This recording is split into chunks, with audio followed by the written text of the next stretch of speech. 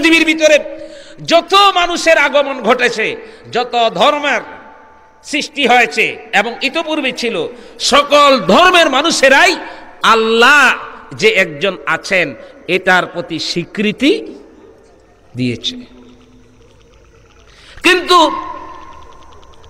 আল্লাহকে পাওয়ার যে আওসাত, যে মিডিয়া, যে মাধ্যম, সেটি নবীদের আনিত, নবীদের চালিত, নবীদের দেখানো পথকে অনুসরণ না করে তারা নিজেরা আল্লাহর বিপরীতে অপশক্তি বানিয়ে এই শক্তির মাধ্যমে আল্লাহর কাছে সাহায্য পেতে চেয়েছে, যে এই শক্তির মাধ্যমে আল্লাহ খুশি হবেন।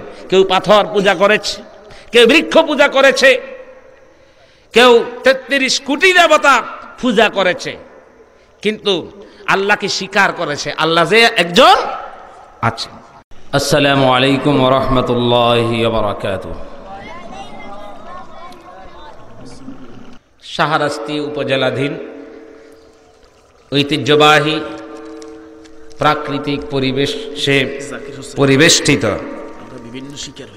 দ্বীনি অনুভূতি সম্পন্ন ধর্মপ্রাণ এলাকা হিসাবে সুপরিচিত পশ্চিম তারাপুর ইসলাম প্রিয় তরুণ যুব সমাজের উদ্যোগে আয়োজিত তৃতীয় বার্ষিক তাফসীরুল কোরআন মাহফিলের সম্মানিত সভাপতি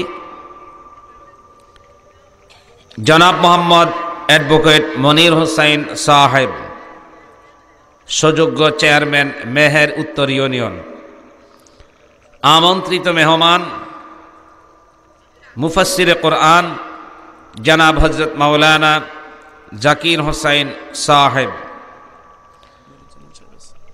আজকের মাহফিলের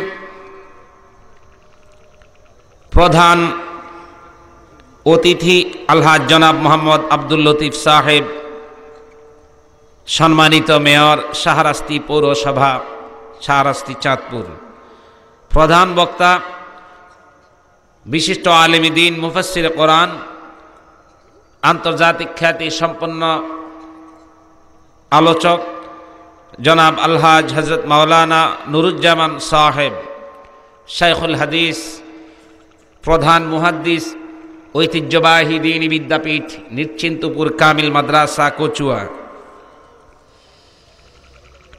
আজকের মাহফিলে সার্বিকভাবে যিনি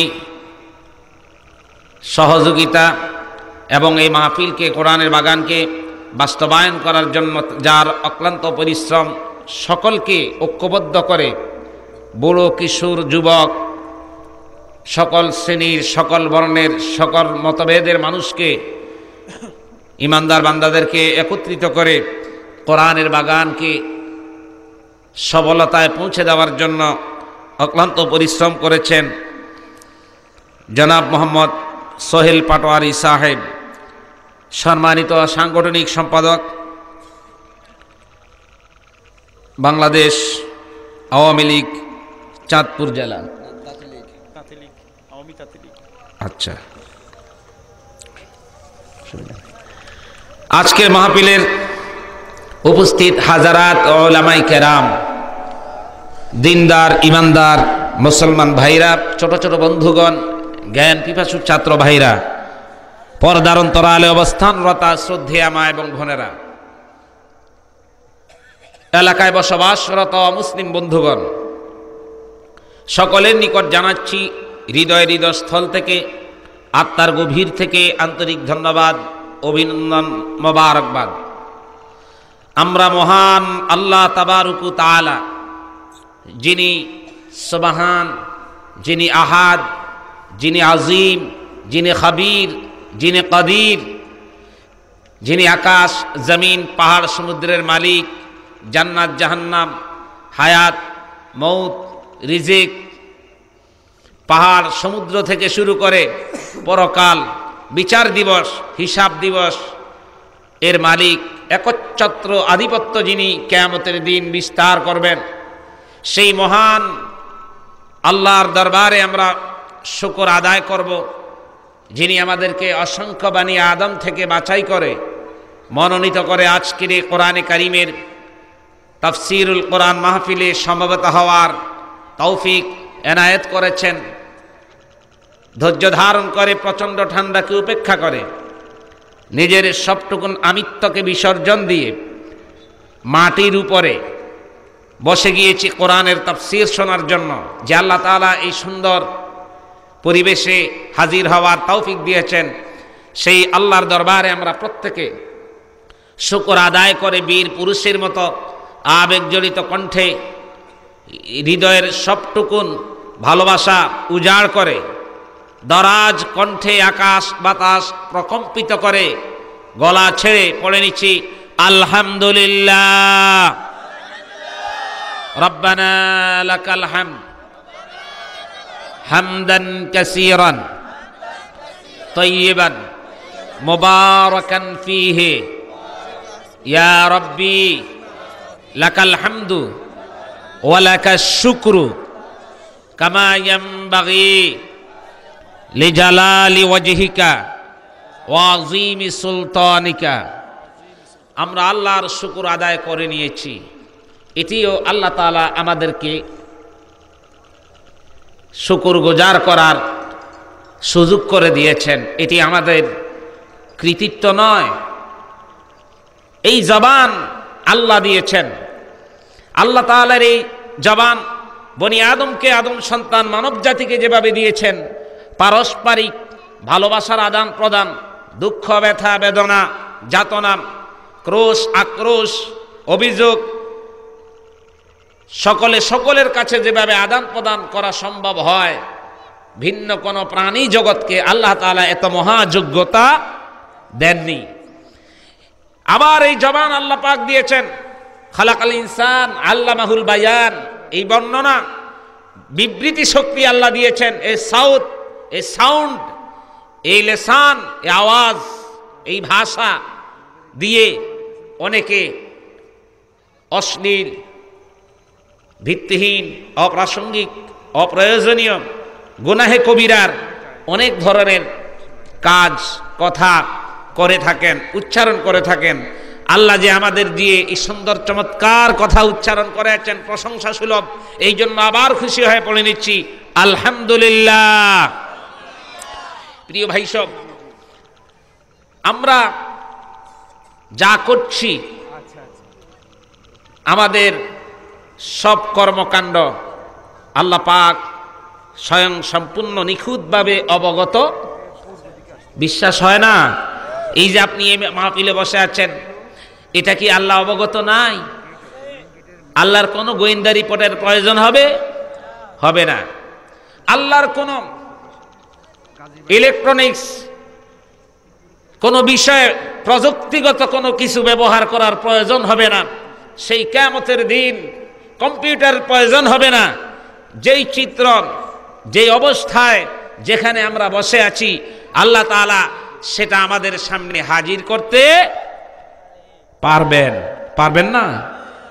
গত রাত যারা এশারের সালাত পড়েছেন সেটাও আল্লাহ দেখাবেন, যারা আদায় করেন নাই সেটাও আল্লাহ দেখাবেন। আল্লাহ হচ্ছেন খবীর। কেমন খবর রাখেন? কত বেশি অবগত আল্লাহ আমাদের সম্পর্কে। আমাদের অন্তঃকরণে যা জাগ্রত হয়, অন্তরে যা ওয়াসওয়াসা তৈরি হয়, সেই ব্যাপারেও আল্লাহ। এখন আল্লাহ যা জানেন ফেরেশতাদের মাধ্যমে সব রেকর্ড করে রাখেন। এই রেকর্ডের ফাইলপত্র কিয়ামতের দিন আল্লাহ হিসাব মিলাতে খুব পেরেশানির শিকার হবেন, বোধহয় হবেন, পেরেশানির শিকার হবেন। আল্লাহ রাব্বুল আলামিন কোরআনে কারিমে বলছেন, وعنده مفاتح الغيب لا يعلمها إلا هو ويعلم ما في البر والبحر وما تسقط من ورقة إلا يعلمها ولا حبة في ظلمات ولا رطب ولا يابس إلا في كتاب مبين। সম্পূর্ণ অদৃশ্যের ইলম একমাত্র কার কাছে? বন্ধুরা আমার, আপনার বাড়ির সামনে ঘরের আঙ্গিনায় যেই বৃক্ষ রয়েছে, যদি একটি ছোট্ট ডালিম বৃক্ষ থেকে থাকে, আপনি দৈনন্দিন কমপক্ষে 10 বার ঘরের দরজা খুলে আপ ডাউন আসা যাওয়া করেন, গমন করেন। আপনাকে যদি এখন প্রশ্ন করা হয়, আপনার ঘরের সামনে দরজার সামনে বাহিরে যে ডালিম গাছটা রয়েছে, এই ডালিম বৃক্ষের সর্বনিচের যে ঢালটা আছে, এই নিচের ঢালে, যেই ঢালে একেবারে পাতার সংখ্যা কম, কয়টা পাতা আজকে আছে, এটা যদি আপনাকে বলা হয়, এটা গনে আপনি বের করে দিতে পারবেন না, সম্ভব? আল্লাহ রাব্বুল আলামিন বলছেন, গোটা জমিনের ভিতরে যত বৃক্ষ রয়েছে, কোন বৃক্ষ থেকে একটা পাতা আজ বৃক্ষচ্যুত হয়ে গেল, ঢালচ্যুত হলো, এই ঢালচ্যুত হয়ে পাতাটি মাটিতে পড়ার সাথে সাথে এই বৃক্ষের ভিতরে আর কতটি পাতা আছে, গোটা দুনিয়ার সকল গাছের বৃক্ষের পাতার হিসাব আল্লাহ দিতে পারেন। সুবহানাল্লাহ। বাড়িতে গিয়ে কইন, পারবেন? পারবেন। কে দিতে পারবেন? আল্লাহ। কে দিতে পারবেন? আপনার বাগান কয়টা ঢাল আছে? আরে পাতা তো দূরের কথা, ঢালের হিসাবও দেওয়া সম্ভব? আল্লাহ পাক গোটা দুনিয়ায় যত বৃক্ষরাজি রয়েছে, সমস্ত বৃক্ষের সকল পাতার সংখ্যা কয়টা পড়লো, কয়টা ঝরলো, কয়টা গাছে বিদ্যমান রয়েছে, সেই হিসাব আল্লাহ দিতে পারেন। কোরআন শুধু তাই নয়, আমার কৃষক ভাইরা, আপনারা যারা মাঠে সরিষা বুনন করেন, বীজ বপন করেন, বিভিন্ন আইটেমের ফসল আদি করে থাকেন, জমিনের ভিতরে সুনির্দিষ্ট একটি সময় থাকে, 7 দিন, 3 দিন অথবা 15 দিন পরে গিয়ে দেখেন, ফসলের কিনারায় গিয়ে হেঁটে হেঁটে দেখেন কয়টা অঙ্কুরিত হলো, কয়টা উঠবে না, হতে পারে নষ্ট হয়ে গেল। আল্লাহ রাব্বুল আলামিন বলেন, গোটা জমিনের ভিতরে যদি কেউ শস্য এভাবে বুনে দেওয়া হয়, গোটা জমিনে শস্য বুনে দেওয়া হলে কয়টা নষ্ট হলো আর কয়টা অঙ্কুরিত হলো, আল্লাহ গনে গনে হিসাবটা মিলিয়ে দিতে পারবেন। আল্লাহ অবগত আছেন। সেই আল্লাহ, আমরা যারা আজকে এই ভালো কাজে হাজির হয়েছি, ইন্তজাম করেছি, ব্যবস্থাপনা করেছি, আর্থিকভাবে অর্থায়ন দিয়ে সহযোগিতা করেছি, উপস্থিত হয়েছি, এই ভালো কাজগুলা আল্লাহ দেখে কিনা বলেন? আর যারা বাধা সৃষ্টি করার চেষ্টা করেছে, সেটা বোধহয় আল্লাহ দেখে না? সেটা আল্লাহ দেখে না? দেখে। আসুন মূল তাফসিরে চলে যাচ্ছি, যেহেতু তাফসির মাহফিল, সেই আমার আল্লাহর কালামের কথা আলোচনা করব ইনশাআল্লাহ। আল্লাহ পাক যেন তার এই আহকার নগণ্য গুনাহগার গোলামের জবান দিয়ে, অল্প এলেমে, স্বল্প যোগ্যতায়, অল্প পরিসরে হেদায়েতের জন্য কোরআন শরীফ থেকে কিছু কথা উপযুক্ত আলোচনা বের করে দেয়। সবাই বলি আমিন। আলোচনা করব কোরআনে কারীমের সূরা আল ফুরকান। সূরার নাম কি? আল ফুরকান। সূরা ফুরকান থেকে আলোচনা করব ইনশাআল্লাহ। ফুরকান শব্দের অর্থ হচ্ছে, কোরআনে কারীমের আরেকটি নাম হচ্ছে ফুরকান।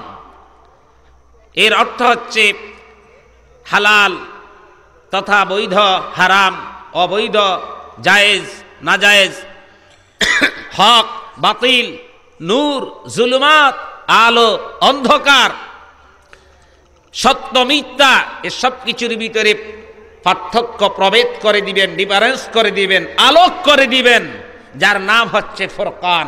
কোনটি জান্নাতের রাস্তা, কোনটা জাহান্নামের পথ, কোনটি ইবলিসের রাস্তা, কোনটা নবীদের রাস্তা, হেদায়েতের রাস্তা, কোনটা ঈমানের রাস্তা, কোনটা কুফরের রাস্তা, কোনটা শিরকের রাস্তা, এই যাবতীয় বিষয়গুলোকে আলাদা করে আপনার সামনে, আমার সামনে পেশ করে দিবেন।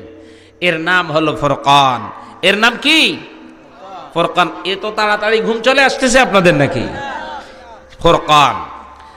আগে আমরা দেখতে পেতাম আমাদের গায়ে ফুরকানিয়া মাদ্রাসা ছিল, তাই না?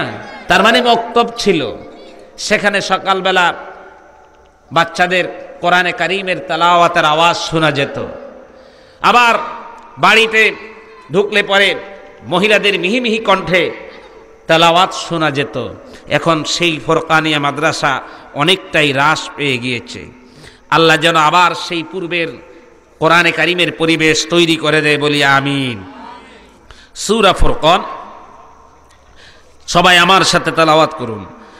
আউযু বিল্লাহি মিনাশ শাইতানির রাজীম। বিসমিল্লাহির রাহমানির রাহিম। والذين لا يدعون مع الله إلها آخر ولا يقتلون النفس التي حرم الله إلا بالحق ولا يزنون ومن يفعل ذلك يلقى أثاما يضاعف له العذاب يوم القيامة ويخلد فيه مهانا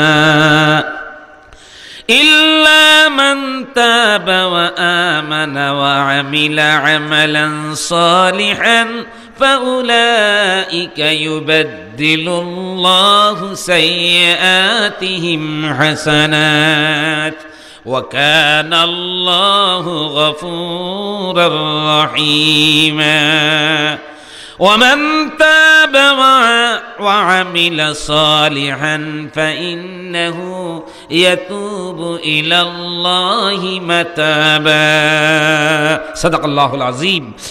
আল্লাহ পাক বলছেন এই আয়াতে কারিমার ভিতরে, যারা নাকি মুমিন ব্যক্তি, যারা কি মুমিন, আমরা কি মুমিন, আমাদের যে কোয়ালিটি যোগ্যতা, এই যোগ্যতা কি থাকলে আমরা মুমিন হতে পারবো, এই বিষয় নিয়ে এই আয়াতে কারিমায় আলোচনা করেছেন। খুব সংক্ষিপ্তভাবে আমি বলছি। আমার ভাইরা, কেউ যদি মৃত্যুবরণ করে, তার দুনিয়াতে থাকাকালীন রাজনৈতিক কোনো পদবি ছিল, এই নামে লোকেরা তাকে চিনত। সামাজিক কোনো নেতৃত্বের আসনে অধিষ্ঠিত ছিল, জনমানুষের নেতা ছিল, জনগণের নেতৃত্বের আসনে অধিষ্ঠিত ছিল, অথবা কোনো প্রাতিষ্ঠানিক প্রধান ছিলেন, চেয়ারম্যান সাহেব, প্রিন্সিপাল সাহেব, সভাপতি সাহেব। এইভাবে মানুষের নামের পেছনে বিভিন্ন পদবি থাকে, থাকে কিনা বলেন? মাওলানা সাহেব, মুফতি সাহেব, এইভাবে থেকে থাকে। কিন্তু একজন মানুষ, মুসলমান, যখন মৃত্যুবরণ করবে, মরার পরে কোন পদবি সেই ক্ষেত্রে তার গ্রহণযোগ্য হবে না। সেখানে গ্রহণযোগ্য হবে লোকটা কি কাফের, না ফাসেক, না মুনাফিক, না মুমিন। আমি অসত্য বললাম কিনা বলেন? এটাই হবে। অনেক বড় মাওলানা, খাটো মাওলানা, অনেক বড় নেতা আর ছোট নেতা, সে নেতা আর আমি কর্মী, সে চেয়ারে আমি নিচে, এই এর ভিতরে কোনো বাছাই করা হবে। সেখানে মুমিন কিনা এটাই তাকে দেখতে হবে। এখন আমরা যেহেতু সেখানে মুমিন বলেই স্বীকৃতি দিলেই আমরা নাজাত পাবো ইনশাআল্লাহ। সবাই বলি ইনশাআল্লাহ। আমরা তো প্রত্যেকে নিজেদেরকে মুমিন বলে দাবি করি, ইমানের একটা বিষয়, আমরা ইমানদার, ঠিক আছে। কিন্তু আমি বলতে চাই, এই ইমানদার দাবিটা নিজেরা নিজেরা যেইভাবে করে থাকি, আত্মতৃপ্তি অনুভব করি, এতে যদি আল্লাহ পাক তার দেয়া নীতিমালা অনুযায়ী, স্বীকৃতি অনুযায়ী আমি মুমিন হিসাবে পরিগণিত না হয়ে থাকি, তাহলে নিজেরা শুধু ইমানদার আর মুমিন বলে কোনো মূল্য হবে? একটা ছাত্র স্কুলে ভর্তি হলো, লেখাপড়া করলো, পরীক্ষা দিল, সে ছাত্র। আর আমি ভর্তি হলাম, হাজিরা দিলাম না, পরীক্ষা দিলাম না, আমি যদি খুব ভালো স্টুডেন্ট দাবি করি, এটা আমার মনের সুখ প্রকাশ করব, মনে মনে সুখ অনুভব করব। কিন্তু প্রধান শিক্ষক কর্তৃক, শিক্ষা বোর্ড কর্তৃক আমাকে ছাত্র বলে, বা সার্টিফিকেট, গভর্নমেন্ট কর্তৃক কোনো সার্টিফিকেট আমাকে প্রদান করবে না। স্বীকৃতি পাওয়া লাগবে, আমি এসএসসি পাস, এইচএসসি পাস। আমরা যেহেতু মুমিন এটা দাবি করে থাকি, এই মুমিন দাবিটাও আল্লাহ পাক আমাদেরকে স্বীকৃতি দিতে হবে। এখন স্বীকৃতি দিতে হলে কি লাগবে? আল্লাহ রাব্বুল আলামিন কোরআনে কারিমে বলছেন, ওয়ামান আরাদাল আখিরাতা সাইয়াহা ওয়া হুয়া মুমিনুন ফাউলাইকা কানা সাইয়ুহুম মাশকুরা। যেই ব্যক্তি ইচ্ছা করবে সে আখিরাতকে কেন্দ্র করে তার লক্ষ্য উদ্দেশ্য, জীবনের সব কাজের পেছনে উদ্দেশ্য থাকবে আখিরাতের চিন্তা। কোন জায়গার চিন্তা? না সাতপুর শহরে বাড়ি করার চিন্তা। আখিরাতকে চিন্তা করে, জনগণের সেবা করবে, দেশকে ভালোবাসবে, কোরআনে কারিমের তাফসীর করবে, মানুষকে সাহায্য করবে, লেখাপড়া করে বড় হবে। এই জন্য আমি এটা দিয়ে আল্লাহর কাজ করে থাকবো। ওমান আরাদাল আখিরাতা ওয়া সাআলাহা সাইয়াহা, তার সম্পূর্ণ চেষ্টা সাধনা আখিরাতকে যদি লক্ষ্য হিসাবে, বস্তু হিসাবে টার্গেট করে মেনে নেয়, তাহলে আল্লাহ পাক তার সম্পূর্ণ এই চেষ্টার প্রতি আল্লাহ প্রতিদান দিয়ে থাকবেন। ওয়া হুয়া মুমিন, আল্লাহ পাক বলছেন সেই ব্যক্তি হলো মুমিন। সুবহানাল্লাহ, সেই ব্যক্তি কি? মুমিন। ওয়া হুয়া মুমিন। আর জানা কি দুনিয়ার নাম যশ প্রভাব প্রতিপত্তির জন্য কিছু করবে।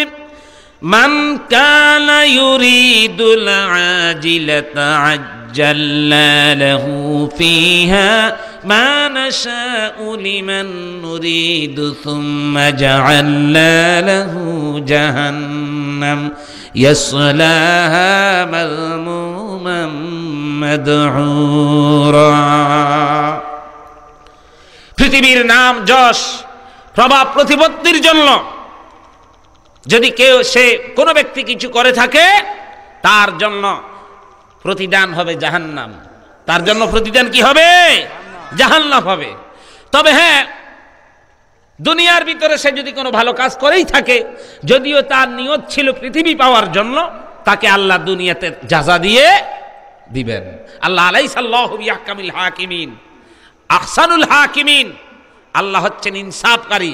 আল্লাহ তার এই প্রতিদান, তার নিয়ত যদি দুনিয়ায় থেকে থাকে, দুনিয়ায় দিয়ে দিবেন। তবে আল্লাহ রাব্বুল আলামিন কোরআনে কারিমে বলছেন, মান কানা ইউরিদুল হায়াতাদ দুনিয়া ওয়া যিনাতাহা নুওয়াফি ইলাইহিম আ'মালাহুম ফিহা ওয়া হুম ফিহা লা ইউবখাসুন।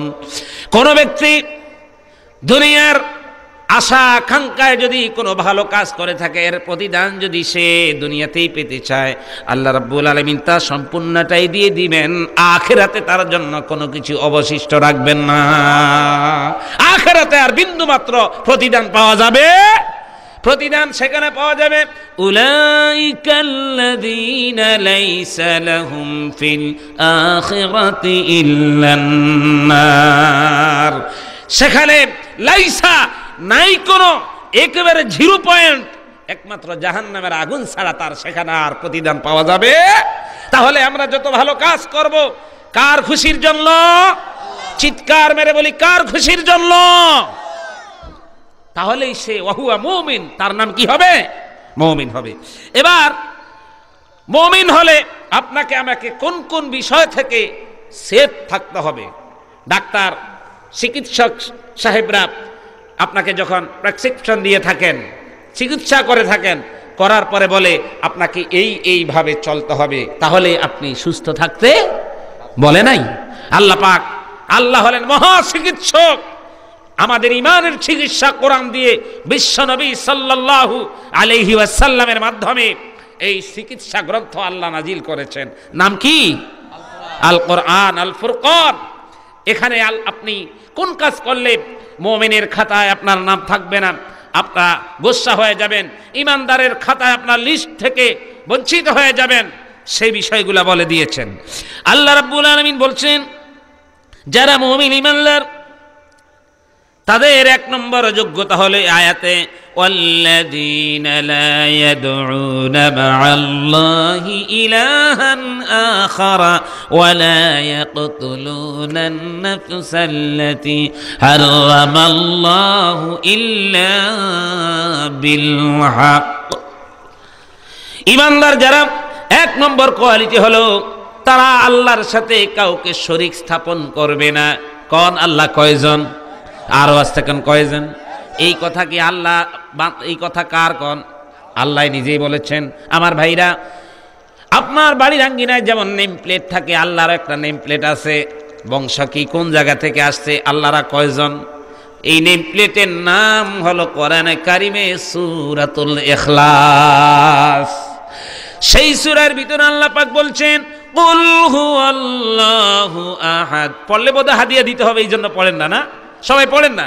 কুল হুয়াল্লাহু আহাদ আল্লাহুস সামাদ লাম ইয়ালিদ ওয়া লাম ইউলাদ ওয়া লাম ইয়াকুল লাহু কুফুয়ান আহাদ। বলুন নবী, তিনি হলেন এক, একক। আহাদ শব্দ হলো এমন একটা শব্দ যার কোনো সানি হয় না, সহকারী হয় না, অ্যাসিস্ট্যান্ট হয় না, সহযোগী হয় না। আর ওয়াহেদের সানি হয়, দ্বিতীয় হয়। আহাদ এমন একটা শব্দ, সেটি যদি আল্লাহর জন্য বিশেষত, আহাদের কোনো দ্বিতীয় হয় না, আর হবেও না। তিনি কে? আল্লাহ। এবার আসুন, এই পৃথিবীর ভিতরে যত মানুষের আগমন ঘটেছে, যত ধর্মের সৃষ্টি হয়েছে এবং ইতোপূর্বে ছিল, সকল ধর্মের মানুষেরাই আল্লাহ যে একজন আছেন এটার প্রতি স্বীকৃতি দিয়েছে। কিন্তু আল্লাহকে পাওয়ার যে আওসাত, যে মিডিয়া, যে মাধ্যম, সেটি নবীদের আনিত, নবীদের চালিত, নবীদের দেখানো পথকে অনুসরণ না করে তারা নিজেরা আল্লাহর বিপরীতে অপশক্তি বানিয়ে এই শক্তির মাধ্যমে আল্লাহর কাছে সাহায্য পেতে চেয়েছে, যে এই শক্তির মাধ্যমে আল্লাহ খুশি হবেন। কেউ পাথর পূজা করেছে, কেউ বৃক্ষ পূজা করেছে, কেউ ৩৩ কোটি দেবতা পূজা করেছে, কিন্তু আল্লাহকে স্বীকার করেছে আল্লাহ যে একজন আছে। আমার বন্ধুরা, কোরআনে কারিম তার প্রমাণ। আবু জাহেল, উতবা, সাইবা, মুগীরা, এদেরকে যখন প্রশ্ন করা হতো এই প্রতিমা সমূহ কিছুই করতে পারে না, খাওয়াতে পারে না, বাঁচাতে পারে না, এদের কেন তোমরা দাসত্ব করো? তারা বলতো লিয়ুকাররিবুনা ইলাল্লাহি যুলফা, আমরা এই মাধ্যমে আল্লাহর নৈকট্য হাসিল করতে পারবো। নাউজুবিল্লাহ। তাহলে বোঝা গেল আল্লাহর প্রতি তাদের ঈমান ছিল, কিন্তু তাদের আল্লাহকে পাওয়ার যে মাধ্যম এটা ছিল সম্পূর্ণ ভ্রান্ত। ঠিক না ঠিক? আল্লাহকে পাওয়ার মাধ্যম নবীর আদর্শ, যেই নবীর উম্মত যেই আমলে এসেছে ওই নবীর উপর ঈমান, ওই নবীর দেখানো পথ ছিল আল্লাহকে পাওয়ার মাধ্যম। তারা সেটা মেনে নেয় নাই, যে যেভাবে পেরেছে তাকেই তারা খোদা, খোদার ভাই, খোদার পুত্র এভাবে বানিয়ে নিয়েছে। কোরআনে কারিমে আল্লাহ রাব্বুল আলামিন সূরাতুল আনআম এইভাবে আল্লাহ বলে দিয়েছেন ওয়াজআলু লিল্লাহি শুরাকাআল জিন্না ওয়া খালাকাহুম ওয়া খারাকু লাহু বানিনা ওয়া বানাতিন বিগাইরি ইলম সুবহানাহু ওয়া তাআলা আম্মা ইয়াসিফুন।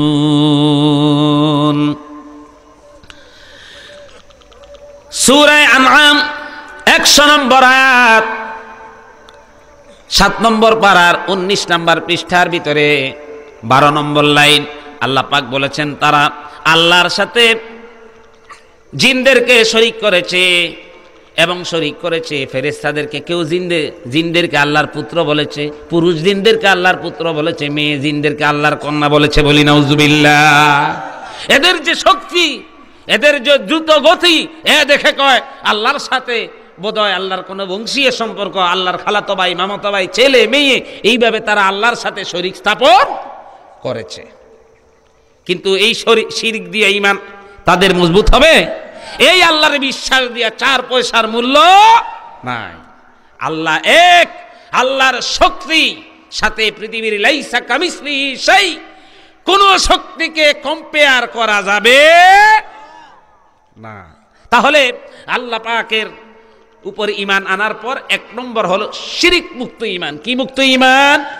শিরিক মুক্ত ঈমান। আল্লাহ রাব্বুল আলামিন কোরআনে কারিমে বলছেন, ওয়ালাকাদ উহিয়া ইলাইকা ওয়া ইলাল্লাযীনা মিন ক্বাবলিক লাইন আশরাকতা লায়াহবাতান্না আমালুকা ওয়া লাতাকুনান্না মিনাল খাসিরিন। নবী গো, আপনার প্রতি আমি এই মর্মে প্রত্যাদেশ নাজিল করেছি। শুধু তাই নয়, আপনার পূর্বে যত আম্বিয়া আলাইহিমুস সালাম এই পৃথিবীর ভিতরে এসেছে, সকল নবীকে আমি এই কথা জানিয়ে দিয়েছি, সাবধান, আল্লাহর সাথে কাউকে শরীক স্থাপন করা যাবে না। যদি তা করা হয় তাহলে সকল আমলগুলা বরবাদ হয়ে যাবে। বলি নাউজুবিল্লাহ। সব আমল বিনষ্ট হয়ে যাবে। আপনার তাহাজ্জুদ, আপনার রোজা, নফল ইবাদত, আপনার দান, সালাত, সব কিছু আপনার বরবাদ হয়ে যাবে। শুধুমাত্র একমাত্র ক্ষমতার উৎস, রিজিকের মালিক একমাত্র কে? আল্লাহ। আল্লাহর সাথে অনেকে অনেক কিছু শরীক স্থাপন করে থাকেন। এই শরীকের ভিতরে রয়েছে অনেক প্রকার, অনেক কিসিমের। যেমন আমাদের দেশে সনাতন ধর্মের অনুসারী যারা আছেন, আমি মতানৈক্য সৃষ্টি করার উদ্দেশ্যে বলছি না, বুঝাবার জন্য বলছি। কোনো ধর্মকে আমি অবজ্ঞা করছি না, বুঝাবার জন্য বলছি। তারা 33 কোটি দেবতা বানিয়ে নিয়েছে। কেমন হতো? কোনো জায়গায় তারা সফরে রওনা দিলে তাদের ইতিহাসে পাওয়া যায়, কোথাও বিশ্রামের প্রয়োজন হতো, সেখানে দাঁড়িয়ে কি করতেন? একটা ভালো পাথর পেলে এটাই খোদার একটা বংশীয়, অথবা খোদার থেকে এটা বোধহয় কিছু শক্তি নিয়ে আসছে, তাহলে এটা কেন এত সুন্দর হইল? কোন একটা বিশাল গাছ দেখলে খোদা বোধে এটারে কিছু শক্তি দিয়ে দিছে, এটা আমাদের খোদা, এটারে ইবাদত করলে, দাসত্ব করলে খোদায় খুশি হবে। বিষয়টা কি এমন? এমন নয়। এইভাবে বানিয়ে নিয়েছে তারা, এরা কিছুই করতে পারে না। বন্ধুরা আমার, হাদিস থেকে শোনাচ্ছি, আল্লাহর নবী সাল্লাল্লাহু আলাইহি সাল্লামের কাছে একজন প্রতিমা ব্যবসায়ী এসে অভিযোগ করলেন, হুজুর গো, আমি এই মক্কার ভিতরে প্রতিষ্ঠিত প্রতিমা ব্যবসায়ী, মূর্তি ব্যবসায়ী, কথা বুঝেন তো? বুঝেন তো ইনশাআল্লাহ? প্রতিমা ব্যবসায়ী, আমি বাজারে নিয়ে যাচ্ছি, প্রতিদিন যেই প্রতিমা, এই মূর্তিকে প্রণাম করি, বেশি সম্মান করি, এটাকে আল্লাহর বংশীয় সাব্যস্ত করে নিয়েছি। এই মূর্তিটাকে আমি এভাবে কাহে করে নিয়ে রাখি, বাকিগুলা মাথায় রেখে দেই। আজকে একটা ঘটনা ঘটে গেল, রাস্তার কিনারায় বিশ্রামের জন্য আমি একটু অপেক্ষা করলাম, প্রতিমাগুলা এবং যেটাকে প্রণাম করি সেটা আমি রেখে দিলাম, আর এই ফাঁকে দিয়ে আমি একটু মাইনাস পয়েন্টে যাওয়ার প্রয়োজন হলো। মাইনাস পয়েন্ট বুঝেন তো? কি মাইনাস পয়েন্ট? কি? পেশাব করতে গেছে। মাশাআল্লাহ। আমার ভাইরা, লোকটি বললেন, হুজুর গো, আমি পেশাব করে এসে দেখলাম যেই মূর্তিটাকে আমি প্রণাম করি, ইজ্জত করি, সম্মান করি এবং এটাকে আল্লাহর কোনো শক্তি মনে করি, শক্তির অংশীদার মনে করি, এটার গাটা আমি ভিজা দেখলাম। মনে করলাম আমার আল্লাহ কি বরকতি কোনো ফানি তার শরীর থেকে বের করে দিল কিনা, এটা ধারণা করে আমি হাত এভাবে হাত ঘষে নিয়ে জিহ্বার ভিতরে আমি চষে দিলাম বরকতের জন্য। জিহ্বা আমার ঝিনঝিন আর চিনচিন করে উঠলো, আর একটা দুর্গন্ধ বেরিয়ে গেল। আমি চিন্তা করলাম কারণটা কি? আমার খোদায় যদি বরকতি ঘাম গা থেকে ছেড়ে দেয় তাহলে এটা সুঘ্রাণ হওয়ার কথা, কেন দুর্গন্ধ হচ্ছে? একটুখানি তাকিয়া দেখি একটি কুকুর এভাবে পা উপরে আগলে দিতে দিতে চলে যাচ্ছে, আর তার নিম্ন অংশ দিয়া ফুটা ফুটা পানি পড়েছে ঝরে ঝরে, বুঝার বাকি রইল না। আমি যাকে খোদা মনে করছি, আমি তাকে রেখে যে আমাকে নিরাপদ দিবে, সেফ দিবে, আমি পেশাব করতে গিয়েছি, সে নিজেকেই নিজে নিরাপদ দিতে পারলো না। ওই কুকুর জনমের মতো পেশাব করে আমার খোদার গা ভাসিয়ে দিয়েছে। আমার বন্ধুরা, হুজুর তো একটু হাসি দিতেন না। আমাদের দেশের মহিলারা যেমন খুব জোরে হাসে থাকে, আজকে বলবো না, অন্যদিন বলবো। আমার একটা টপিকস আলোচনার বিষয় আছে, বিশ্বনবীর কথা, হাসি, কান্না। আজকে তো আলোচনার ভিন্ন বিষয়, যাই হোক, সেখানে আনুষঙ্গিক কথা চলে এসছে। হুজুর অট্ট হাসি, আওয়াজ দিয়ে, বিকট আওয়াজ দিয়ে হাসতেন না, মৃদু হাসি দিতেন, মুস্কি হাসি। কিন্তু এই কথাটাই লোক যখন বললেন, হুজুর একটু হাসির আওয়াজটায়, হাসিটা একটু প্রকাশ পেয়েছে, সামনের দাঁত শুভ্রতা প্রকাশ পেয়েছে। সুবহানাল্লাহ। এখন কি করব? লোকটি বললেন, হুজুর গো, আমার বিবেকের ভিতরে অনুভূতি জাগ্রত হলো, যাকে আমরা প্রণাম করি এরা তো নিজেরাই নিজেদের সেভ করতে পারবে না, নিজেরা নিজেদেরকে রক্ষা করতে পারবে না, এর কোনো ভিত্তি নাই, ফাউন্ডেশন নাই। হুজুর গো, আমাকে কালিমা পড়ে দিন।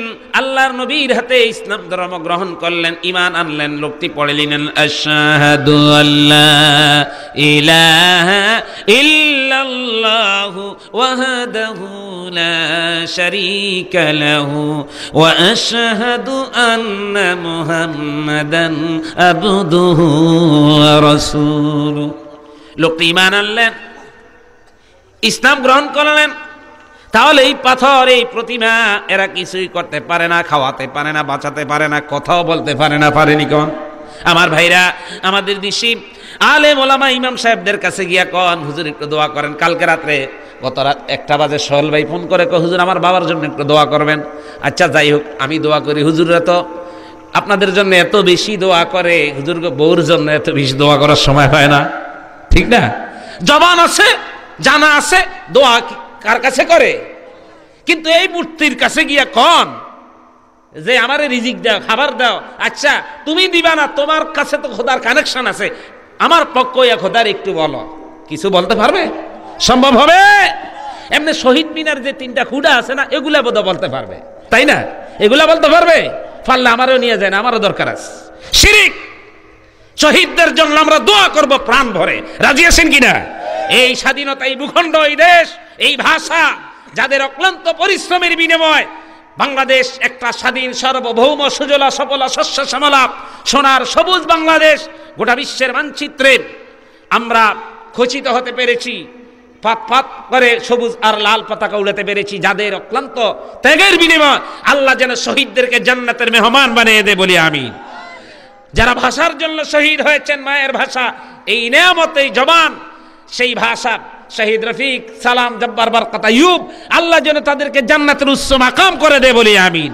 কিন্তু এই আকাম করতে কইছে কে? শহীদ মিনারে গিয়ে ফুল দেওয়া, এটা সম্পূর্ণ শিরিক, মুসলমানের সংস্কৃতি হতে পারে না। আমরা দোয়া করব। রাজি আছেন? শিরিক। আমার বন্ধুরা, আল্লাহ রাব্বুল আলামিন কোরআনে কারীমে বলছেন, ইয়া আইয়ুহান নাসু দুরিবা মাসালুন ফাসতামিউ লা ইন্নাল্লাযীনা তাদউনা মিন দুনিল্লাহি লা ইয়াখলুকু যুবাবান ওয়া লা ইজতামাউ লা ওয়া ইয়াসলুবহুমুল যুবাবু শাইআন লা ইস্তানকিযুহু মিন দুআফাত তালিব ওয়াল মাতলুব। ওহে বিশ্বের মানুষেরা, কাদেরকে বলছেন? কথা কয় না, চিন্তা করছে সব হাদিয়া হুজুররা নিব, আমরা তো চাঁদা আগেই দিছি, আমরা কথা কমবো না, গলা ফাটাইবো হুজুররা, এই চিন্তা করছেন নাকি? কাদেরকে বলছেন? আল্লাহ ইয়া আইয়ুহান নাস, পৃথিবীর সব মানুষকে বলেছেন, ঠিক না? বা ঠিক? আল্লাহ রাব্বুল আলামিন বলেছেন, ও পৃথিবীর মানুষেরা, ও পৃথিবীর মানুষেরা, দুরিবা মাসালুন ফাসতামিউ লা, তোমাদেরকে একটা উদাহরণ, এক্সাম্পল পেশ করেছি, স্থাপন করেছি, উদাহরণ দিচ্ছি, শুনে রাখো। দুরিবা মাসালুন ফাসতামিউ লা, সেটা হলো এই, তোমরা আল্লাহকে বাদ দিয়া যাদেরকে অপার শক্তি মনে করো, লা ইয়াখলুকু যুবাবান, তারা একটা মাছিও বানাতে পারবে না। শুধু তাই নয়, মাছিও যদি তাদেরকে আক্রমণ করে, তারা যদি আক্রান্ত হয়, আক্রান্ত হলে পরে এই মাছিও তারা তাড়াতে পারবে না। দুআফাত তালিব ওয়াল মাতলুব, যারা তাদের কাছে সাহায্য চাও তারাও দুর্বল, আর যাদের কাছে চাও তারাও দুর্বল। দুআফাত তালিব ওয়াল মাতলুব। আল্লাহ যেন হেদায়েত নসিব করে, বলি আমিন। তাহলে পাথর, গম্বুজ, এই বিভিন্ন বিষয়, চাঁদ, সূর্য, যা কিছু আছে, এগুলাকে আমরা প্রভু মনে করতে পারবো না। 7টা বেজে গেছে নাকি? ইন্না লিল্লাহ। এরপরে আমাদের জামাত 7:30টায়, কয়টায়?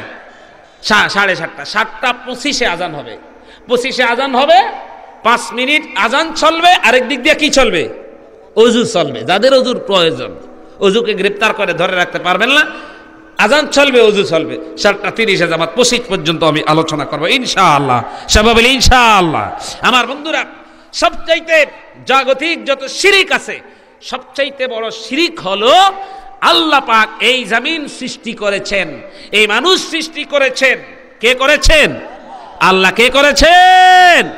গোটা দুনিয়ার সমস্ত প্রকৌশলী, সমস্ত ইঞ্জিনিয়ার, ভূতত্ত্ববিদ, সমস্ত বিজ্ঞানী, মহাবিজ্ঞানীরা যদি একত্র হয়ে যায়, আমার ভাইরা বলুন, আল্লাহর কসম করে বলেছি, মানুষ তো দূরের কথা, একটা পাখি তো দূরের কথা, একটা বানর তো দূরের কথা, একটা পিপিলিকাও বানাতে পারবে না। পারবে কিনা বলেন? কোন পারবে? সম্ভব নয়। এই অপার শক্তির মালিক কে? সেই আল্লাহ। পৃথিবীতে মানুষকে থাকতে দিলেন, জমিন দিলেন, আকাশ দিলেন, বাতাস দিয়েছেন উপভোগ করার জন্য। আজকে প্রতি মাসে আপনাকে বিদ্যুৎ বিল পরিশোধ করতে হয় 500, 300, 600 টাকা, তাই না? দিতে হয়। আচ্ছা, আপনি যে অক্সিজেন গ্রহণ করেন, সেকেন্ডে কতবার, মিনিটে কতবার? আপনার হায়াত 60 বছর হলো, কতবার গ্রহণ করেছেন, দিয়েছেন, নিয়েছেন, গাছ থেকে নিয়েছেন, আবার দিয়েছেন। গাছ বৃক্ষ ছেড়ে দেয়, আপনি আনেন, আপনি ছেড়ে দেন, বৃক্ষ গ্রহণ করে। এরকমই তো উদ্ভিদ গ্রহণ করে নেয়। আচ্ছা, এটার জন্য যদি আল্লাহ একটা মিটার বক্স বসিয়া দিতেন, কিডনি বিক্রি করে হলেও এই বিল পরিশোধ করা সম্ভব। আল্লাহু আকবার। তাহলে এত সার্ভিস আল্লাহ পাক এই জমিনে আমাদেরকে ফ্রি সার্ভিস দিয়েছেন। এই জমিনে থাকতে হলে সুশৃঙ্খলভাবে, সুন্দরভাবে, নিয়ম নীতির উপরে থাকতে হলে যে আইন, যেই ল মেনে নিতে হবে, সেটা কি আল্লাহ বেশি ভালো জানে না বান্দারা বেশি জানে আল্লাহর চেয়ে? কে জানেন? আল্লাহ ভালো জানে। শিরিকের ভিতরে সবচাইতে বড় শিরিক হলো আল্লাহ পাক এই মানব জাতিকে চলার জন্য যে আইন প্রণয়ন করেছেন, ওই আইন যদি বলি এটা ভালো লাগে না, অন্য আইন ঢুকায়, এটাই হবে সবচাইতে বড় শিরিক। আমার বন্ধুরা, ধরুন আপনি হলেন হাজীগঞ্জ বাজারে অথবা চাঁদপুর শহরে, আপনি 5 তলা ভবনের মালিক। এটাকে আপনি ভাড়া দিলেন, ভাড়া দেওয়ার পর একজন সিকিউরিটি গার্ড, নিরাপত্তা প্রহরী রেখে দিলেন, দায়িত্ব দিলেন প্রতি মাসে প্রতি প্লটে এত টাকা ভাড়া উঠাতে হবে, আইন করে দিলেন 9টার পর আপনার শাহী গেট বন্ধ হয়ে যাবে, ভাড়াটিয়া কেউ যেন রাত 9টার পরে আসা যাওয়া করতে না পারে, কেসি গেট বন্ধ করে দিবেন, আইন করে দিলেন। প্রতি মাসের 28 তারিখ গ্যাস বিদ্যুৎ বিল যৌথ একত্রিত করে আপনার সেই নিরাপত্তা প্রহরীর হাতে দিয়ে দিতে হবে, দায়িত্বশীল কেয়ারটেকার যিনি থাকবেন। এসব আইন করে দিলেন। করার পর 2 থেকে 3 মাস 4 মাস ভালো চললো।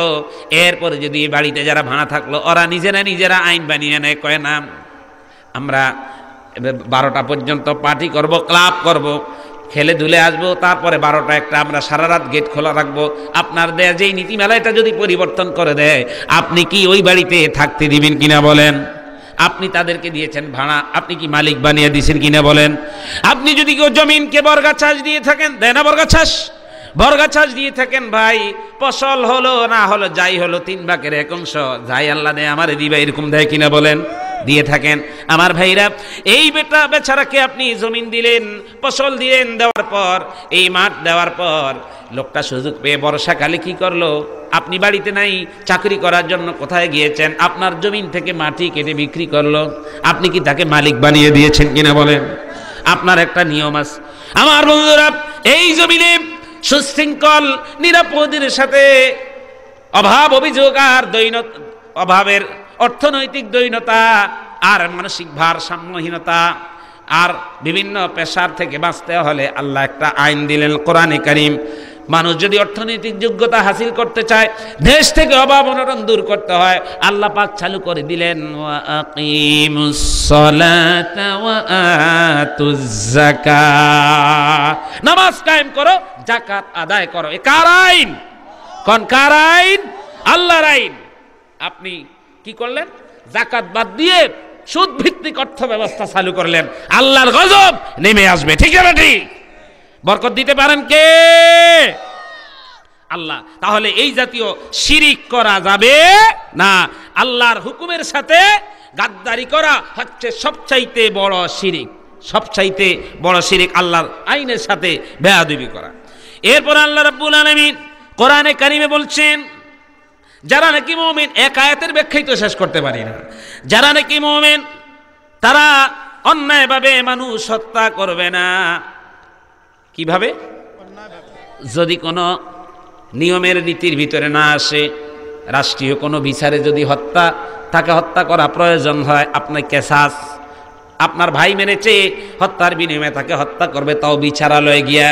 এই ছাড়া অন্যায়ভাবে মুমিন লোকরা মানুষ হত্যা করবে না। এই হত্যা চরম অপরাধ। একজন বনি আদম কে আপনি হত্যা করলেন, গোটা পৃথিবীর মানুষকে হত্যা করার গুনাহের শামিল। কে বলেছেন? এই হত্যাটা আবার আগাম হত্যার একটা বিষয় আছে। আগাম হত্যা কি বুঝেন? সেটি হচ্ছে মানুষ এখনো দুনিয়াতে আসে নাই, আপনি মেরে ফেলছেন। সেটা কি বলেন তো? বার্থ কন্ট্রোল, জন্ম নিয়ন্ত্রণ। কি নিয়ন্ত্রণ? জন্ম নিয়ন্ত্রণ।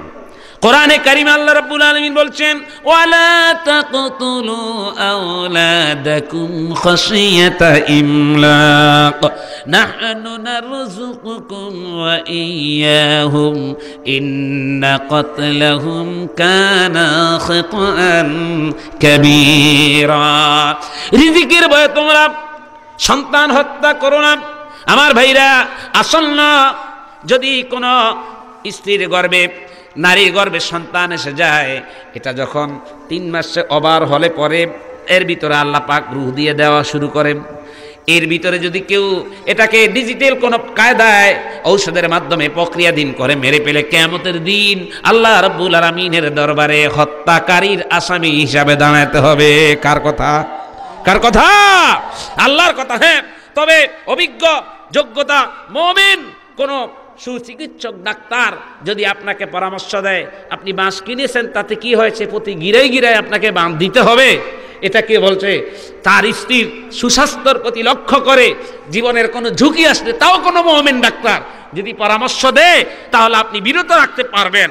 তাও এটা একটা সুনির্দিষ্ট সময় আছে। ওই সময় ওভার হয়ে গেলে প্রাণ শক্তি সঞ্চার হয়ে যায় যখন, তখন যদি আপনি কোনো তাকে মেরে পেলেন, তাহলে কিয়ামতের দিন হত্যার আসামি হয়ে দাঁড়াতে হবে। হত্যা কেন করে, কেন মারে? আসন্ন আগমন সন্তানকে রিজিকের ভয়ে। কিসের ভয়ে? আস্থা করেন, কিসের ভয়ে? রিজিকের ভয়ে। এই চিন্তা কি আমার আপনার করতে হবে? কে করেছেন? আল্লাহ রাব্বুল আলামিন কোরআনে কারিমে সূরা হুদের ভিতরে 12 নম্বর পারার 1 নম্বর লাইনে আল্লাহ পাক বলছেন, ওয়া মা মিন দাব্বাতিন ফিল আরদি ইল্লা আলাল্লাহি রিজকুহা ওয়া ইয়ালামু মুস্তাকাররাহা ওয়া মুস্তাওদাআহা কুল্লুন ফি কিতাবিম মুবিন। জমিনের ভিতরে যত বিচরণশীল প্রাণী রয়েছেন, শুধু মানব জাতি নয়, সমুদ্রের তলদেশে অনেক প্রাণী রয়েছেন। একটা ইউনিয়নের মানুষ একদিনে যা খায়, 1 মাসে যা খায়, এমনও প্রাণী সমুদ্রের তলদেশে রয়েছে, 1 লোকমা ওই প্রাণীর খাবার হয় না। আল্লাহু আকবার। আল্লাহ রাব্বুল আলামিন বলছেন, যত প্রাণী আছে, কীট পতঙ্গ, পোকামাকড়, বিচরণশীল যত প্রাণী এই জমিনে রয়েছে, সকল প্রাণীর রিজিকের দায়িত্ব আমি আল্লাহ নিজ হাতে গ্রহণ করে নিয়েছি। শুধু তাই নয়, আপনি সন্তানকে মেরে ফেলবেন জায়গার ভয়ে, জায়গা জমিন কম, আল্লাহ পাক বলছেন মুস্তাকার ওয়া মুস্তাওদাআহা, কতদিন থাকবে, কতদিন খাবে, এই দায়িত্ব আমি আল্লাহ নিজ হাতে নিয়েছি। কোথায় থাকবে, কতদিন থাকবে, এই দায়িত্ব নিয়েছেন কে? আল্লাহ রাব্বুল আলামিন বলছেন, নাহনু নারযুকুকুম ওয়া ইয়্যাহুম, যে আল্লাহ আমি তোমাদেরকে রিজিক দিয়েছি, তোমার বাবাকেও রিজিক দিয়েছি, দাদাকেও রিজিক দিয়েছি, যারা আসবে তাদের রিজিকের দায়িত্ব আমি আল্লাহ নিজ হাতে নিয়েছি। তাহলে আমি এখানে একটা প্রশ্নবোধক একটা প্রশ্ন রাখতে চাই, আপনাদের বিবেককে প্রশ্ন করতে চাই। জন্ম নিয়ন্ত্রণ এই কথাটা যদি তারা বলে, আমি বলবো যারা জন্ম থেকে নিয়ন্ত্রণ করতে পারেন তারা তো মৃত্যুকেও নিয়ন্ত্রণ করার কথা, তাই না? তাহলে হঠাৎ করে মানুষ মরে যায়, মরণটা নিয়ন্ত্রণ করতে পারো না। জীবন আর মরণ এর মালিক কে? কার হাতে? আল্লাহ রাব্বুল আলামিন বলছেন, আল্লাযী খালাকাল মাউতা ওয়াল হায়াতা লিয়াবলুয়াকুম আইয়ুকুম আহসানু আমালান ওয়া হুয়াল আজিজুল গফুর। 29 নম্বর পারার 1 নম্বর লাইনে সূরা মুলক 1 নম্বর রুকুতে 2 নম্বর লাইনে আল্লাহ পাক 2 নম্বর আয়াতে বলেছেন, আল্লাহ হচ্ছেন তিনি যিনি মৃত্যু সৃষ্টি করেছেন, জীবনের মালিক সেই আল্লাহ। আল্লাহু আকবার। তাহলে জীবন মৃত্যুর মালিক কে? আল্লাহ। আপনি বলতে পারেন সন্তান আশাকে প্রতিরোধ করা, বিরত রাখা, এটাকে বিরত রাখা, কিন্তু জন্ম নিয়ন্ত্রণ এই শব্দটা সম্পূর্ণ শিরিক। জন্ম নিয়ন্ত্রণ করলে আপনাকে মৃত্যুটাকে নিয়ন্ত্রণ করতে হবে। জন্ম আর মৃত্যু এই নিয়ন্ত্রণ করার একচ্ছত্র অধিপতিকার আল্লাহ। মনে থাকবো তো ইনশাআল্লাহ। আল্লাহ পাক বলছেন যারা মুমিন লোক তারা এই সমস্ত কাজগুলা করে না। এরপর আল্লাহ রাব্বুল আলামিন বলছেন যারা নাকি এগুলা করে থাকে, ইউদাআফ লাহুল আযাবু ইয়াউমাল কিয়ামাতি ওয়া ইয়াখলুদ ফী মুহানা, তাদেরকে আল্লাহ রাব্বুল আলামিন দ্বিগুণ শাস্তি দিবেন। ওই শাস্তিটা সেখানে একদিন 2 দিনের নয়, ফীহি মুহানা ওয়া ইয়াখলুদ ফীহি মুহানা, সেখানে চিরস্থায়ীভাবে থাকবে এবং লাঞ্ছনার সাথে সেখানে তারা অবস্থান করবে। ওই জায়গার নাম হলো জাহান্নাম। জাহান্নামে যাওয়ার জন্য ইচ্ছা আছে কার কার? আসেনি? জাহান্নামে যেতে চান কেউ? জান্নাতে যাওয়ার ইচ্ছা আছে কার কার? হাত উঁচু করে দেখায়। নারে তাকবীর, নারে তাকবীর। আলহামদুলিল্লাহ, হাত নামান। আল্লাহ কবুল করে বলি আমি। তবে এই ধরনের কোন অপরাধ যদি কেউ করে থাকেন, এরপরে যদি আল্লাহ পাক তওবার, ফিরে আসার এবং ক্ষমা করার একটা ব্যবস্থা রেখে দিয়েছেন। ক্ষমা করার কি দিয়েছেন? ব্যবস্থা করে রেখেছেন। ক্ষমা করবেন কে? আল্লাহ। ক্ষমা চাইবো কার কাছে? আল্লাহর কাছে, যেটাকে আমরা তাওবা, ফিরে আসা। আল্লাহ রাব্বুল আলামিন বলছেন, ومن إلا من تاب وآمن وعمل عملا صالحا فأولئك يبدل الله سيئاتهم حسنات। যেই ব্যক্তি তওবা করলো, ঈমান আনার পর, তওবা করার পর ফিরে আসলো। তওবা মানে কি করা? ফিরে আসা। কার দিকে ফিরে আসা? আল্লাহর দিকে। কার দিকে? আল্লাহর দিকে। তাওবা আয় রাজা। তওবার অর্থ এই নয় আপনি পীর সাহেব হুজুরের কাছে গিয়া তওবা করলেন, আতুসে বাতুসে কামুসে আকাম কুকামও ঠিক আছে, এর নাম তওবা নয়। হযরত আলী রাদিয়াল্লাহু তাআলা আনহু কে প্রশ্ন করা হলো, তাফসীর মাঝারিতে এসেছে, তওবা কাকে বলে? তওবা দ্বারা কি বোঝায়? হযরত আলী রাদিয়াল্লাহু তাআলা আনহু বলেছেন, তওবার 1 নম্বর 6টা জিনিস যদি একত্রিত হয়। কয়টা? 6টি বিষয় একত্রিত হলে ওই ব্যক্তির তওবা আল্লাহ কবুল করবেন, বলি সুবহানাল্লাহ। 1 নম্বর হলো লোকটি যেই গুনাহ করেছে, অপরাধ করেছে, এর জন্য প্রথমত কাজ হলো অনুতপ্ত হওয়া। কি হওয়া? অনুতপ্ত হওয়া। আমরা কি অনুতপ্ত হই? অনুতপ্ত হই না। সাহাবায়ে কেরাম যদি কোনো একটা নফস বিরোধী কাজ করে ফেলতেন, রাসূলুল্লাহর দরবারে এসে অনুতপ্ত হতেন। রাসূলুল্লাহর একদিনের ঘটনা, হুজুর বলেন এমন একজন লোক মৃত্যুর পূর্বে ছেলেদেরকে ওসিয়ত করে গেল, আমার পুত্ররা আমি যখন মরে যাই আমার লাশকে, মৃতদেহকে দ্বিখণ্ডিত করে 1 খণ্ড আগুনে পুড়িয়ে দিও, আর 1 খণ্ড টুকরা টুকরা করে সমুদ্রে ভাসিয়ে দিও, যাতে করে গোটা জমিনে আমারে আর খুঁজে না পায়। কারণ হলো আমি তো অনেক গুনাহ করেছি, কিয়ামতের দিন আল্লাহ আমাকে প্রশ্ন করবেন, কি জবাব দিব? আলহামদুলিল্লাহ, নারে তাকবীর, নারে তাকবীর। জনাব হযরত মাওলানা মুহাদ্দিস নুরুজ্জামান সাহেব আমাদের প্রধান অতিথি চলে আসছেন, সবাই বলি আলহামদুলিল্লাহ। বন্ধুরা আমার, লোকটি মরে গেল, আল্লাহ আবার রূহ একত্রিত, আল্লাহ পাক আবার মানুষকে জিন্দা করতে পারেন কিনা বলেন? আল্লাহ রাব্বুল আলামিন আবার লোকটাকে জিন্দা করে দিলেন। কয়, এই কাম কেন করলা তুমি? লিমা ফাআল, আল্লাহ গো, তোমার ভয়ে আমি এই কাজ করেছি, আমি কত গুনাহ করেছি, কিয়ামতের দিন মনে করছি আমার আর খুঁজে পাইবা না, এই জন্য ছেলেদেরকে ওসিয়ত করেছি আমাকে যেন নদীতে ভাসিয়ে দেয়, ছাই করে, আর জমিনে আমাকে পড়িয়ে দেয়। আল্লাহ রাব্বুল আলামিন বললেন, ও বান্দা, তুমি যদি যেহেতু এইটুকুন ভয় আমাকে করেছ, আমি রব্বুল আলামিন তোমারে ক্ষমা করে দিলাম। তাহলে অনুতপ্ত হওয়া, তওবা করার এক নম্বর অর্থ কি? অনুতপ্ত হওয়া। যেই কাজ করেছি ওই কাজ করে ফেলেছি, অনুতপ্ত হওয়া। আর আমরা অনুতপ্ত হই, আমরা নাচ, ড্যান্স, গান, আনন্দ, উল্লাস, বেপরদা, মদ, জেনা, ব্যভিচার সব করি, এমন হয় যেন কম্পিটিশন এ মেতে উঠেছি, ঠিক না? ঠিক। অনুতপ্ত হওয়া। তওবার 2 নম্বর অর্থ হলো, হযরত আলী রাদিয়াল্লাহু তাআলা আনহু বলেছেন, যেই সব ফরজ আর ওয়াজিব জীবনে ছুটে গিয়েছে, কত নামাজ ছুটে গিয়েছে, ওয়াজিব ছুটে গিয়েছে, রোজা আমার কাজা হয়ে গিয়েছে, বেহিসাব আমার কাজা হয়েছে, বেহিসাব হয়েছে কিনা বলেন? স্মরণ হওয়ার পর তওবা করেছি, এবার ভালো হয়ে যাব, ইরাদা করেছি, হিসাব ছাড়া যেমন আমার কাজা হয়েছে, এবার সুযোগ পেলে হিসাব ছাড়াও আমি কি কাজা আদায় করতে হবে।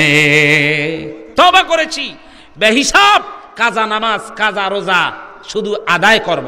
আল্লাহ আমার যৌবনকালে, যৌবনের প্রবঞ্চনায় অনেক ধরনের ওয়াজিব আর ফরজ ছুটে গিয়েছে, আমার ফৌত হয়েছে জীবন থেকে, আজ থেকে আমি ভালো হয়ে যাব, এখন থেকে নামাজে ফরজগুলা, রানিংগুলা তো পড়বই, আদায় করব, কাজাও আদায় করব। এই হলো তওবার 2 নম্বর শর্ত।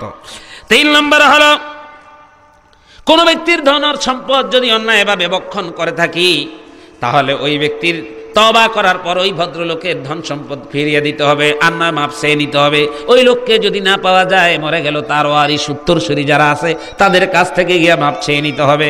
যদি কাউকেও না পাওয়া গেল, ওই পরিমাণ সম্পদ আল্লাহর রাস্তায় ব্যয় করে দিবেন, আর মাবুদের কাছে দোয়া করবেন, মাবুদ গো, এই বান্দার সম্পদ আমি নষ্ট করেছি, আল্লাহ তুমি এই সম্পদ যে দান করলাম, এই দানের বিনিময়ে তারে মাপ করে দাও। কয় নাম্বার গেল?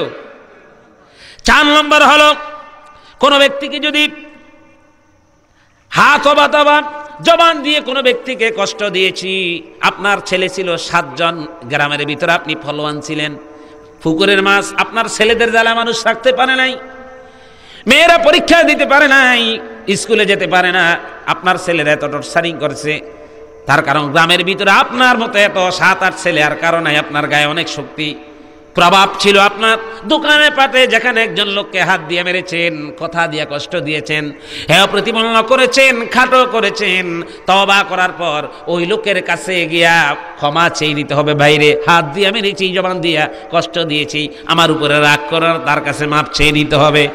এই হলো তওবার 4 নম্বর কোয়ালিটি। 5 নম্বর, তওবার সর্বশেষ 5 নম্বর যোগ্যতা হলো, যেই গুনাহ করেছি দৃঢ়তার সাথে সংকল্প করতে হবে, মাবুদ গো, জীবনে আর এই গুনাহ আমি করব না, জীবনে আর এই গুনাহ করব না। সারসিনা গিয়া, সরমনায় গিয়ে, উজানি গিয়ে তওবা করে আসছে, আতুসে বাতুসে কামুসে, যখন সে বাড়িতে আসলো, দেখলো হায় হায় রে, আমি তো বাড়িতে ছিলাম না, আমার জমিনে তো পানি আসলো না, ডিপের পানি, পার্শ্ববর্তী জমিনে পানিও আছে, আবার সারলা পানি আছে, আস্তে করে ফাও দিয়া এইভাবে লাইটা কি করে দেয়, ফাঁক করে দেয়, আছে না নাই? আছে না নাই? এর নাম তওবা নয়, এর নাম হলো মুনাফিকি, ঠিক না ঠিক? তওবা করবেন, দৃঢ় সংকল্প করব, আমি আর এই অপরাধ করব না। আমার ভাইরা, তওবার সর্বশেষ যোগ্যতা হলো, শর্ত হলো, এই ব্যক্তি গুনাহ করার পর, জেনা করার পর, নামাজ না পড়ার পর, কবিরা গুনাহ করেছিল এতদিন, ওই গুনাহ করে নফসে যেমন মজা পেয়েছে, এইবার ভালো কাজ করতে তত মজা পায়। তাহাজ্জুদ পড়তে মজা পায়, নফল নামাজ পড়তে মজা যায়, তাফসীর মাহফিল করতে মজা পায়, ওলামায়ে কেরামকে সম্মান করতে মজা পায়, কোরআন হাদিসের কাজ করতে মজা পায়। এইরকম তওবা যদি করা হয়, তাহলে আল্লাহ প্রতিদান দিবেন। হযরত আলী রাদিয়াল্লাহু তাআলা আনহু বলেছেন, প্রতিদান আল্লাহ দিবেন, এই তওবা আল্লাহ মাফ করবেন। কেমন প্রতিদান হবে? আল্লাহ রাব্বুল আলামিন বলছেন, মান তাবা ওয়া আমানা ওয়া আমিলা আমালান সালিহান ফাউলাইকা ইউবাদদিলুল্লাহু সাইয়্যাতিহিম হাসানাত। এই বান্দা যত গুনাহ করেছে সকল সাইয়্যাতগুলো আল্লাহ মাফ করবেন। শুধু তাই নয়, যেই পরিমাণ গুনাহ বান্দা করেছে তওবা করার পর, ফিরে আসার পর ওই পরিমাণ গুনাহ মাফ করবেন, ওই পরিমাণ নেক আল্লাহ তার আমলনামায় লিখে দিবেন। এইরকম তওবা আমাদেরকে করতে হবে। আল্লাহ যেন এইরকম তওবা করার যোগ্যতা আল্লাহ দিয়া দেয়। বলি আমিন। আর যারা বলি আমিন। তওবা করব মৃত্যুর আগে, তাই না? এখন যা করার করে নেই, মৃত্যুর আগে যখন লাকি মালাকুল মউত শিয়রে চলে আসে, ওই সময়ের তওবা মঞ্জুর হবে না। তখন হুঁশ নাই, পেছন দিয়া বাতাস ছুটতেছে, অনেক মৃত্যুর যন্ত্রণায় ছটপটে অনেক অগুছালো কথা বলে পেলে, ঠিক না বেঠিক? আল্লাহ রাব্বুল আলামিন বলছেন, ওয়ালাইসাতিত তাওবাতু লিল্লাযীনা ইয়ামালুনাস সাইয়্যাত হাত্তা ইযা হাদারা আহাদাহুমুল মাউত ক্বালাল্লাযীনা আনা তুবতুল আনা ওয়ালাল্লাযীনা ইয়ামুতুনা ওয়া হুম কুফফার উলাইকা আ'তাদনা লাহুম আযাবান আলীমা। তওবা করলো, ওই তওবা আল্লাহ মঞ্জুর করবে না। মৃত্যু আসলো, মালাকুল মউত হাজির হলো, একবার তওবা করলো না জীবনে, এবার হুজুরের দিয়া জোর করে পেশার সৃষ্টি করে কালিমা পড়ায়, আছে না নাই? গোটা জীবন বান্দরামি করলো। এই যে মরার 1 ঘন্টা আগেও দোকানের কাছে একজন আলেমের ইচ্ছা মতো বকা বাধ্য করে আসছে, আসেনি এরকম লোক? আমার এলাকায় এমন একটা ঘটনা ঘটেছে, মৃত্যু হওয়ার সর্বোচ্চ আধা ঘন্টা আগে দোকানে বাংলাদেশের একজন শ্রেষ্ঠ মুফাসসির কোরআনের পাখিকে ইচ্ছা মতো গালিগালাজ করেছে। আধা ঘন্টা গিয়া কুলাইল না, সাথে সাথে স্টক করলো, লোকটা মরে গিয়েছে। এখন কন্ত দেখি এই লোকে তওবা করার সুযোগ পাইছে নি? কোন বন্ধুরা আমার, তাহলে তওবা করব কখন? এখন। কখন? এখন। আজ থেকে আমরা পরিশুদ্ধ হয়ে যাব আর আল্লাহর কাছে দোয়া করব, আয় আল্লাহ গুনাহ করেছি, মাফ করে দাও। গুনাহ মাফ চাইলে আল্লাহ ক্ষমা করতে পারে। তওবা করলে আল্লাহ ক্ষমা করে দেন। কেমন খুশি হন আল্লাহ তওবা করলে? হাদিস শরীফে এসেছে, হুজুর একটা উদাহরণ দিয়েছেন, কোন এক মুসাফির যদি সফরে রওনা হলো, একটা উটনি নিয়ে বের হলো, উটনির পিছে কিছু পানীয় খাবার রাখলো, মরুপ্রান্ত, যেতে যেতে অনেক দূর চলে গেল, জনমানব শূন্য এলাকা, মানুষ নাই, বাড়িঘর নাই, এখানে দাঁড়ালো বিশ্রাম নেওয়ার জন্য একটা গাছের আড়ালে উটনিটা বেঁধে রাখলো। নিদ্রা, ক্লান্ত, অবসন্ন, দুর্বল দেহ নিয়ে ঘুমিয়ে গেল লোকটা। সফররত অবস্থায় এসেছে, ঘুম থেকে জাগ্রত হয়ে দেখে উটও নাই, উটের পিঠে যে খাবার আছে তাও নাই। এখন লোকটার কাছে কেমন লাগে? খারাপ লাগেনি? কোন এত দূরপথ সে কিভাবে যাবে? আমার ভাইরা লোকটা ছুটাছুটি আর দৌড়াদৌড়ি শুরু করলো, খোঁজাখুঁজি শুরু করলো, আর খুঁজে পেল না। এবার না পাওয়ার আশা করেই আবার এক জায়গায় পড়ে গেল। চিন্তা করলো এটাই এখনই আমার মরণ, যেহেতু কোনো বাহন নাই, ও খাবারও নাই, মানুষও নাই, আমি আমার লক্ষ্য উদ্দেশ্যে আমি পৌঁছতে পারবো না। এরকম করে আবার নিদ্রায় গেল। আবার নিদ্রা থেকে জাগ্রত হলো, জাগ্রত হয়ে আর একটু মাত্র হাঁটা শুরু করলো, হঠাৎ করে অমনি তার উটনিটা এভাবে ফিরে আসলো পিঠে, তার পিঠের উপরে খাবারও আছে, পানিও আছে। উটনিটা আবার ফিরে আসলো।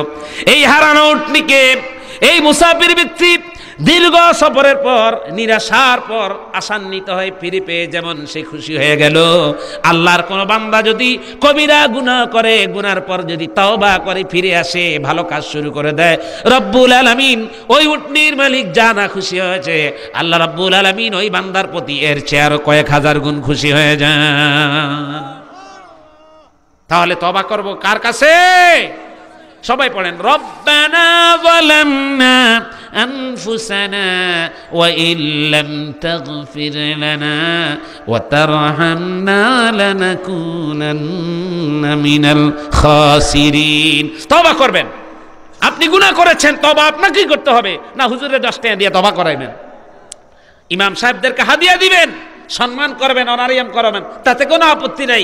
কিন্তু গুনাহ করলেন আপনি একবার লা ইলাহা ইল্লাল্লাহ সুবহানাকা ইন্নী কুনতু মিনাজ জালিমিন পড়লেন না, রব্বানা যালামনা পড়লেন না, আপনার কাছে কাঁদলেন না, আপনার ফ্যামিলিতে রোগ ব্যাধি আসলো আপনার অপরাধের কারণে, আপনার গুনাহের কারণে, আমার গুনাহের কারণে, আর হুজুরের কি ঠেকা পড়ছে হুজুরে দোয়া করবে? কথা বুঝেন নাই? দোয়া আমাকেই করতে হবে, মাপ আমাকেই চাইতে হবে। তবে হুজুরের কাছে যাবেন না এটা আমি বলবো না, যাবেন, সম্মান করবেন, এমনিই দোয়া আসবে, ঠিক না বেঠিক? আমার গুনাহের জন্য ক্ষমা চাইতে হবে কাকে? আমাকে। আল্লাহ রাব্বুল আলামিন আমাদের সকলকে আজকে যেই শিরক মুক্ত ঈমান এর আলোচনা করেছি এবং সর্বশেষ কবিরা গুনার আলোচনা করে আল্লাহর কাছে তওবা করে যেন ফিরে আসতে পারে সেই বিষয়গুলো কথা বলেছি। এর ভিতর কোনো অযোগ্যতা, অসম্পূর্ণতা, অপরিপক্কতা, এলেমের কোনো ঘাটতি, কথার কোনো বচনের কোনো নোকসানি থেকে থাকলে আল্লাহ যেন তার রহমত দিয়া ফিলফুল কামেল করে দে, পরিপূর্ণ করে দে বলি আমিন। এই ম্যানেজমেন্ট কমিটি বিশেষ করে সোহাল ভাই সহ হাসান ভাই, এই এলাকার যুবক ভাইরা দীর্ঘদিন পরিশ্রম করে কোরআনের বাগান সাজিয়েছে, অনেক মেহনত করেছেন। আল্লাহ যেন তাদের উভয় জাহানে আপনাদের সকল দুনিয়া এবং পরকালে কল্যাণ দান করে বলি আমিন। সোহেল ভাইয়ের আব্বা জান দুনিয়া থেকে নাই বিদায় নিয়েছেন, আল্লাহ যেন তাকে জান্নাতের মেহমান বানিয়ে দেয় বলি আমিন। আমার জন্য দোয়া করবেন। ওমা আলাইনা ইল্লাল বালাগ। আসসালামু আলাইকুম ওয়া রাহমাতুল্লাহি ওয়া বারাকাতুহু।